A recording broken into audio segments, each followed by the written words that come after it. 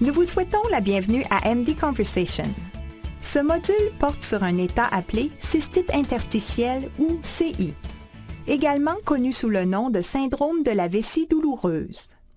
Les options de traitement de cet état font l'objet d'un autre module. Cette présentation exhaustive s'appuie sur de la documentation médicale récente. Cependant, votre expérience ou celle de votre professionnel de la santé peut différer sous bien des aspects. C'est pourquoi les modules de MD Conversation devraient être considérés comme des outils éducatifs. Ils n'ont pas pour but de donner des conseils particuliers ou d'influencer vos décisions. Vous pouvez regarder cette présentation autant de fois que vous le désirez. Il vous suffit d'appuyer sur le bouton situé à votre gauche pour interrompre la présentation ou en passer des bouts. Auparavant, cet état ne portait que le nom de cystite interstitielle ou CI.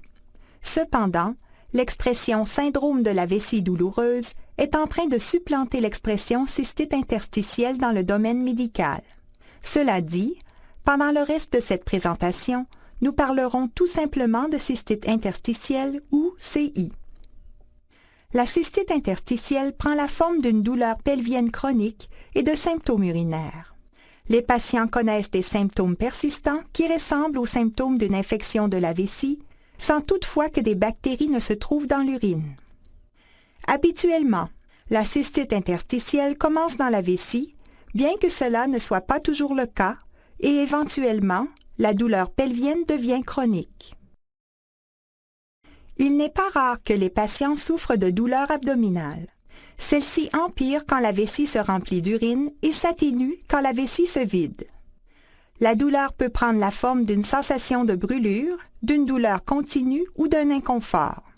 Cela dit, certains patients ressentent surtout de la douleur dans l'urètre, dans le bas de l'abdomen ou dans le bas du dos. Les femmes peuvent ressentir de la douleur dans le vagin, douleur qui s'intensifie pendant les relations sexuelles ou avant le début des menstruations. Pour leur part, les hommes peuvent ressentir de la douleur dans le scrotum, les testicules ou le pénis. La cystite interstitielle touche environ 1 million d'Américains. Cette maladie est plus fréquente chez les femmes selon un taux de 5 contre 1. Environ 10 à 50 des cas peuvent se résorber avec le temps et environ 10 des cas sont graves.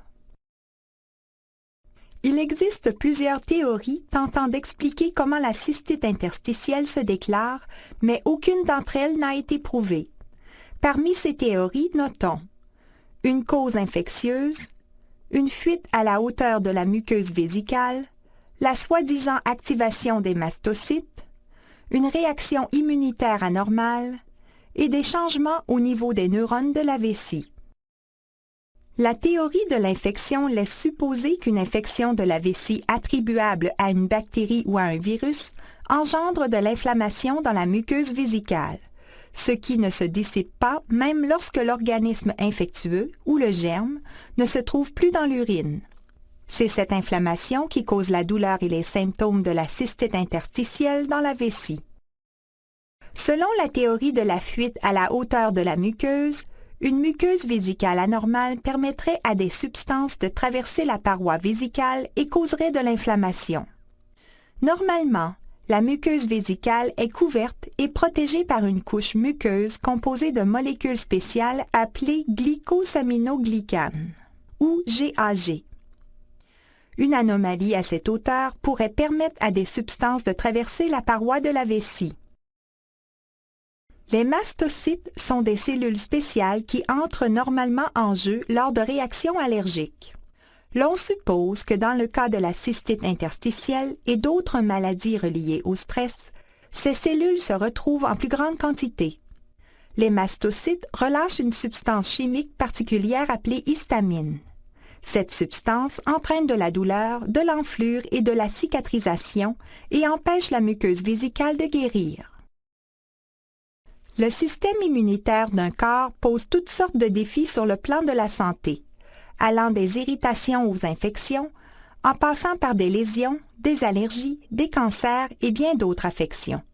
Il se peut fort bien que le système immunitaire soit en cause dans le cas de tous les aspects de la cystite interstitielle. Selon la théorie de la réaction immunitaire anormale, des substances présentes dans le cadre d'une réaction inflammatoire pourraient altérer les neurones de la paroi de la vessie, ce qui aurait pour effet d'engendrer encore plus d'inflammation, le relâchement d'histamine par les mastocytes et des lésions à la muqueuse vésicale. D'après la théorie des changements au niveau des neurones, l'on croit qu'un stimulus récurrent, comme l'inflammation de la paroi de la vessie, peut entraîner l'accroissement du nombre et l'intensification de l'activité des nerfs sensitifs de la vessie et de la zone pelvienne. Il s'agit probablement du chemin final par lequel les premiers changements qui sont constatés peuvent se transformer en symptômes durables et persistants de douleur et d'irritation de la vessie. Et la raison pour laquelle il est si difficile de se débarrasser de ces symptômes, même lorsque le premier stimulus a été éliminé ou maîtrisé. La cystite interstitielle se traduit par une douleur chronique. Des signaux de douleur récurrents émanant de la vessie s'accumulent et occasionnent des changements à la hauteur des cellules de la moelle épinière. Les signaux de douleur s'intensifient et durent plus longtemps. C'est ce qu'on appelle la mémoire de la douleur. La douleur chronique explique pourquoi les traitements de la vessie ne permettent pas toujours de soulager la douleur chez les patients atteints de cystite interstitielle. Chez bien des patients, plusieurs facteurs peuvent aggraver la cystite interstitielle, notamment l'alimentation, le stress, le cycle menstruel et les allergies. Certains aliments peuvent irriter la vessie et aggraver les symptômes de la cystite interstitielle pendant les quelques jours suivant leur consommation. Les personnes atteintes de cystite interstitielle devraient donc surveiller leur alimentation, déterminer quel aliment leur cause des problèmes et essayer d'éliminer certains aliments un à la fois jusqu'à ce qu'elles sachent à quel aliment elles sont sensibles. Parmi les aliments à surveiller, notons les aliments et les boissons qui contiennent de la caféine, comme le chocolat, le café, le thé et le cola. Les substances fermentées, dont les fromages et l'alcool. Les viandes et les poissons rassis, salés, transformés et fumés qui contiennent des nitrates ou des nitrites. Les gourganes, les haricots de Lima, les oignons, la rhubarbe et le tofu. Le pain de seigle et le pain au levain. La plupart des noix, à l'exception des amandes, des noix de cajou et des pignons. Les aliments épicés. Les aliments et les jus acides, comme les oranges, les tomates et le jus de canneberge. Certains édulcorants artificiels comme l'aspartame ou la saccharine, et des agents de conservation comme le glutamate de sodium. Les reins sont des organes qui produisent l'urine. Bien que l'urine soit principalement composée d'eau, elle comprend également des déchets. Deux minces tubes, appelés uretères, relient les reins à la vessie. L'urine passe par ces tubes pour arriver à la vessie. Elle reste dans la vessie jusqu'à ce que ce soit le temps d'uriner ou jusqu'au moment d'être évacuée. La vessie est un organe creux, en forme de ballon, doté d'un revêtement musculaire souple. La vessie s'étend au fur et à mesure qu'elle se remplit d'urine. Une valve musculaire appelée sphincter empêche l'urine de sortir de la vessie avant que le temps d'uriner soit arrivé. Au moment d'uriner, le sphincter se détend pour permettre à la vessie de se vider. Comparativement à une vessie normale, la vessie d'une personne souffrant de cystite interstitielle est fonctionnellement plus petite. De plus, dans des cas plus graves, il se peut que la vessie soit physiquement plus petite et que sa muqueuse soit enflammée et d'apparence moins saine.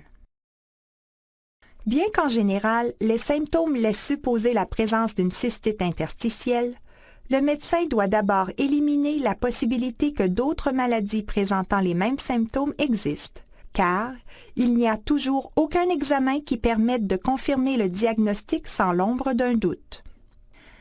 Parmi les examens pouvant être effectués dans le but d'éliminer la possibilité que d'autres maladies de la vessie existent, notons les analyses d'urine, la cystoscopie et parfois une biopsie de la vessie. Par ailleurs, des examens spéciaux ont été mis au point, dont le test de sensibilité au chlorure de potassium, qui n'est pas universellement recommandé, et la distension vésicale, qui est considérée comme facultative. La présence possible de nombreuses autres maladies touchant la vessie doit d'abord être éliminée, notamment une infection de la vessie, aussi appelée infection du tractus urinaire, un cancer de la vessie et d'autres troubles inflammatoires comme les effets découlant du rayonnement, la schistosomiase, une infection parasitaire, la cystite à éosinophile et les médicaments causant de l'inflammation. L'endométriose, les troubles urétraux et les troubles neurologiques sont également à considérer. La cystoscopie est une intervention rapide, ne nécessitant pas d'hospitalisation. Généralement, la cystoscopie se fait sous anesthésie locale grâce à l'insertion d'un gel anesthésiant dans l'urètre. Cet examen permet d'évaluer la muqueuse de la vessie afin d'éliminer la possibilité que d'autres troubles de la vessie soient présents.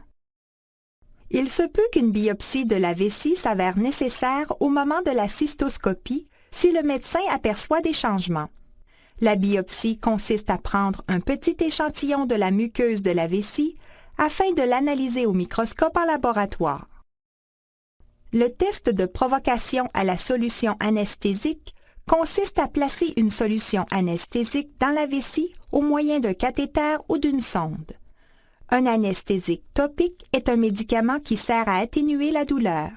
L'insertion d'une solution anesthésique topique dans la vessie engourdira les nerfs qui captent la douleur, soit les nerfs sensitifs. La présence d'une telle solution dans la vessie du patient aura pour effet d'atténuer la douleur, ce qui permettra de confirmer que la douleur part bel et bien de la vessie, ce qui est conforme au diagnostic de la cystite interstitielle. Dans le cas du test de sensibilité au chlorure de potassium, du chlorure de sodium puis du chlorure de potassium sont insérés dans la vessie au moyen d'une petite sonde ou cathéter. Les réactions à chaque solution sont notées. On a observé que les patients souffrant de cystite interstitielle sont plus susceptibles de ressentir leurs symptômes d'inconfort habituels après l'administration de la solution de KCI. La validité du test de KCI est mise en doute par certains médecins, si bien que certains préconisent ce test, tandis que d'autres ne le préconisent pas. Cela dit, ce test est couramment employé dans le cadre d'études de recherche sur cet état. La distension de la vessie, ou hydrodistension, sert à la fois de méthode de diagnostic et de traitement de la cystite interstitielle par certains médecins. Cette intervention se fait sous anesthésie générale, ce qui signifie que le patient est endormi. La muqueuse de la vessie est étirée ou distendue pendant que de l'eau stérile à une certaine pression est injectée dans la vessie jusqu'à pleine capacité ou jusqu'à ce que la vessie ait atteint sa taille maximale. Le chirurgien prendra note de cette capacité, puis il remplira la vessie à nouveau plus longtemps, après quoi il examinera la vessie. Si la capacité de la vessie est moindre que la normale, d'environ une tasse ou moins par exemple, et qu'il y a des traces de saignement, le médecin penchera du côté du diagnostic de la cystite interstitielle. La capacité et l'apparence de la vessie donnent également au chirurgien une idée de la sévérité de l'état, ce qui peut servir à déterminer les autres traitements. En bref, la cystite interstitielle, également appelée syndrome de la vessie douloureuse, est un état chronique courant. La cause exacte de la cystite interstitielle n'est pas connue, mais les recherches se poursuivent. Le diagnostic de cet état dépend des symptômes de la personne et de l'élimination de la présence d'autres causes possibles. Le diagnostic et le traitement précoce peuvent empêcher la cystite interstitielle de s'aggraver. Vous pourrez obtenir davantage d'informations et de soutien à propos de la cystite interstitielle grâce à ces ressources. Voici un échantillon de références d'actualité portant sur la cystite interstitielle. Elle se trouve à la bibliothèque médicale de votre région.